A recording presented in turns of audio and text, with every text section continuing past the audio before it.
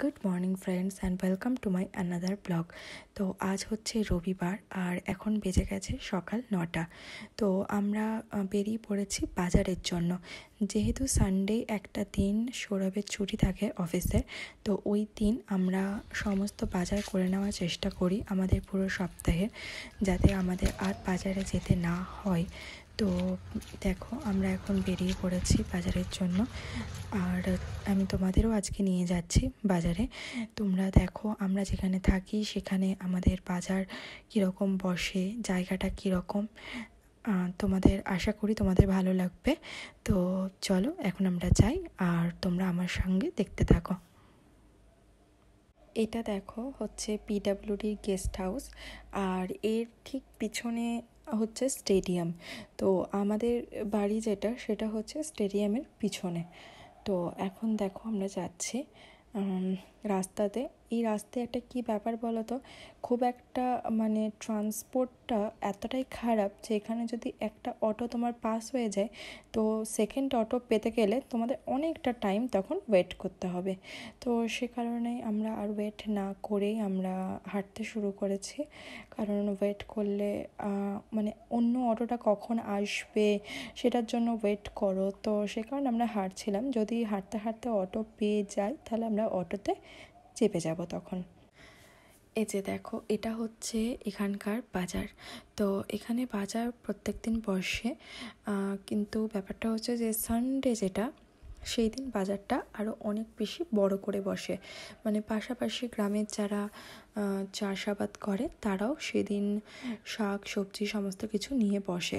এখানের সবজি এতটা ফ্রেশ যে তুমি দেখলেই বুঝতে পারবে যে মানে একদম টাটকা টাটকা সবজি, মানে দেখেই তোমার মনে হবে যে পুরো সবজি বাজারটাই তুলে নিই, এরকম সবজি সব। তো তোমরা দেখতে থাকো আমরা কী কী কিনছি আর এখানের বাজারটা কীরকম।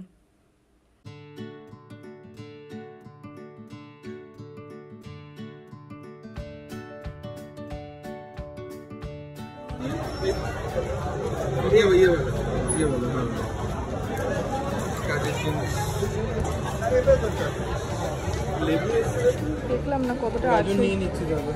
তবে বেশি যদি হয়ে যায় তো তোমার তো ওটা লাগবে, পোহা তো হয়ই। তারপরে চাইনিজ ফ্রাইড রাইস, হ্যাঁ ক্যাপসিকাম নিতে হবে একটা চাইনিজ ফ্রাইড রাইস। কতটা আছে? বিনস 500 গ্রাম আছে।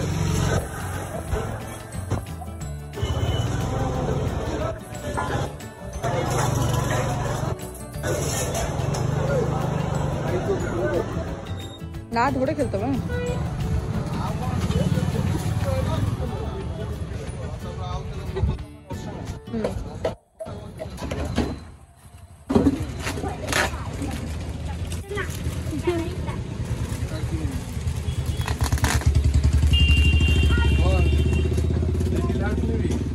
না লিটল হার্টস তো খায় না, এই হাইড এন্ড সিক ফিল্মটা না। চারটে নিয়ে নাও।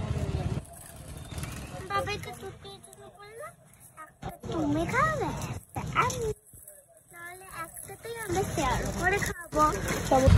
ডাল ये फास्ट फूड में जमाने का चलना है। हमारे जमाने में तो रोटी में सब्जी डाल के खा लेते थे। ये डायलॉग আমরা চলে এসেছি বাজার করে। আমি এসেই তোমার এখন 10টা বাজছে। তো শ্রিয়া বললো যে ওর প্রচণ্ড খিদে পেয়ে গেছে, তো সেই কারণে ওর জন্য এখানে বসিয়ে দিয়েছি আমি ইয়েপ্পি। যেহেতু সানডে তাই শ্রিয়া এই সানডেতে ইয়েপ্পি কিংবা ম্যাগি কিছু একটা খায়। তো ও বললো ইয়েপ্পি বানাতে, তো আজকে ইয়েপ্পি হচ্ছে। তো চলো ওকে ইয়েপ্পিটা দিয়ে দিই, তারপরে আমি কী করছি সেটা আমি তোমাদেরকে দেখাচ্ছি। আচ্ছা আগে চলো।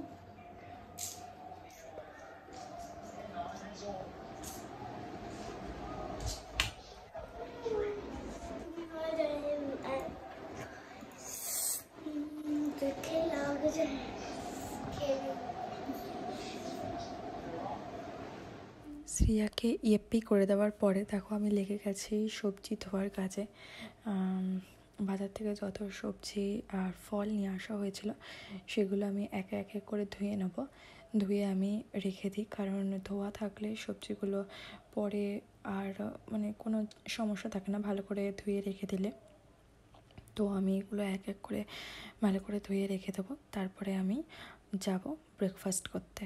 তো আমি এগুলো ধুয়ে যতক্ষণ ব্রেকফাস্ট করে নিচ্ছি, তারপরে আমি তোমাদের সাথে কথা বলছি। এই যে কালকে খিচুড়ির পরে বাবু চলে এসেছে আজকের কফি বানাতে। বল, তোমার যদি কিছু বলার আছে তো। হ্যাঁ হ্যাঁ, সকালে চা বানিয়েছে আর এই এসেছে কফি বানাতে। তো কফিটা বাবু খুব ভালো বানায়, তো সেই কারণে বাবু একটু বানাবার জন্য একটু ভাবও খাই। আমি এখানে দেখো কফিটা নিয়ে চলে এসেছি। এখানে আমি কফি খেতে খেতে এডিটিং করছিলাম, আর তার সাথে আজকের যে ব্লগটা আমার ছাড়ার ছিল সেটাকে আমি ছেড়েছি। এখানে ব্লগ মানে নেটে ডাউনলোড হতে না অনেকটা টাইম লাগে, প্রায় 4 ঘন্টা বলতে পারো। তো ফ্রেন্ডস দেখো আমি এখানে চলে এসেছি শ্রিয়াকে স্নান করাতে। তো শ্রিয়াকে স্নান করাবার জন্য আজকে আমি নিয়ে এসেছি কাঁচা হলুদ। এই কাঁচা হলুদটা আমি ওর গায়ে এখানে লাগাচ্ছি সুন্দরভাবে। আর ওর গায়ে আমি যখনই দিচ্ছি কাঁচা হলুদটা, ওর ভীষণই কাতুকুতু লাগছে, তো সে কারণে ও হাসছে। আর আমি ওর গায়ে কাঁচা হলুদটা লাগিয়ে রেখে দেবো কিছুক্ষণের জন্য, তারপরে আমি ওটাকে বডি ওয়াশ দিয়ে ধুয়ে নেবো। সানডেতে আমি ওকে শ্যাম্পুও করে। তো দেখো আমি এখানে মামাআর্থের শ্যাম্পু নিয়ে নিয়েছি। মগে একটুখানি জল নিয়ে আমি এই জলটার সাথে শ্যাম্পুটা অ্যাড করে নেব, কারণ জলের সাথে শ্যাম্পুটা যখন অ্যাড হয় না, তখন শ্যাম্পুতে যে কেমিক্যালটা থাকে সেই কেমিক্যালটা বেরিয়ে যায়। আর জলের সাথে যে ফেনাটা তৈরি হয়, সেই ফেনাটাই কিন্তু আসলে মাথার যত মানে চুলের যত ময়লা বলো বা যা কিছু বলো সেটা কিন্তু রিমুভ করতে হেল্প করে।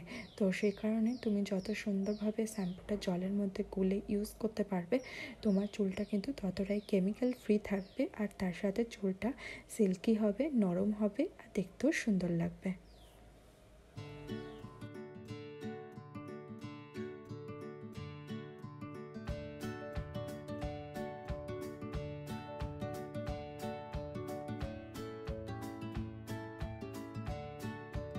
দেখতেই পাচ্ছ শ্রিয়ার চুলটা কতটা সিল্কি আর গ্লসি দেখাচ্ছে। শুধুমাত্র কিচ্ছু না, শ্যাম্পুটা তোমরা ইউজ করো জলের সাথে মিশিয়ে। জলের সাথে মিশিয়ে যখনই তুমি শ্যাম্পুটা ইউজ করবে, তখনই তোমরা ওই শ্যাম্পুটার যে রেজাল্টটা দেখেছো সেটা তোমরা ডাবল রেজাল্ট পাবে।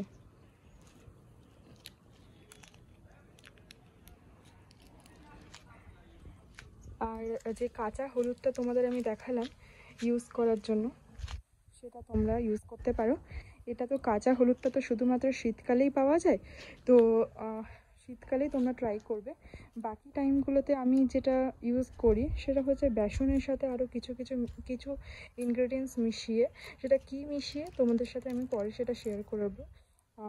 আপাতত আমি দেখো সানডের দিনটাই আমি ওকে ফাঁকা পাই, তো সানডেটাই আমি ট্রাই করি ওকে একটুখানি অন্যরকম কিছু করার, যাতে ওর স্কিনটা ভালো থাকে। তো ফ্রেন্ডস দেখো এখানে আমি চলে এসেছি ছাদ থেকে, এসে স্নান টান করে আমি এখানে বসে পড়েছি। যে সবজিগুলো আমি বাজার থেকে কিনে নিয়ে এসেছিলাম সেগুলো আমি এবার এক এক করে প্যাকেটে ঢুকিয়ে নেওয়ার পরে আমি এগুলো ফ্রিজে রেখে দেবো পুরো সারা সপ্তাহ, যাতে সবজিগুলো পুরো ফ্রেশ থাকে, সুন্দর থাকে। তো সেই কারণে আমি এক একটা করে সবজি এক একটা প্যাকেটে ঢোকাবো। আমাদের সানডের লাঞ্চ হচ্ছে চিকেন ফ্রাইড রাইস আর চিলি চিকেন। তার সাথে এগুলো আমি কোনোটাই রান্না করিনি, বাবু নিয়ে এসেছে রেস্টুরেন্ট থেকে। তো চলো খেয়ে নিই এখন। তোকে যে খ্যাপা বললো সেটা নিয়ে তো কোনো ব্যাপার নয়, হ্যাঁ? তোকে খ্যাপা বলছে, আমাকে বোরিং বলছে, তুই এতক্ষণ আমাকে বললো তখন তুই মজা লুটলি, এখন যখন তোকে বলছে তখন তোর ভালো লাগছে না।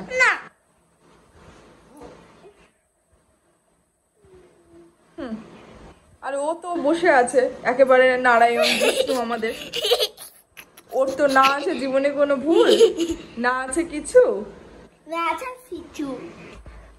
পুরো আমার সানডেটা বোরিং ডে বানাবার জন্য ও সানডে ওর অফিস থাকে না।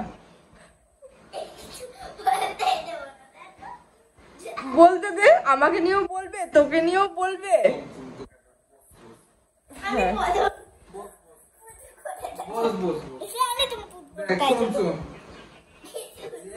যে বাংলায় নিয়ে পড়াশোনা করছে, যে সাবজেক্টটাই হাগা পাতা অম্বল নিয়ে, সে আমাকে বলছে বোরিং।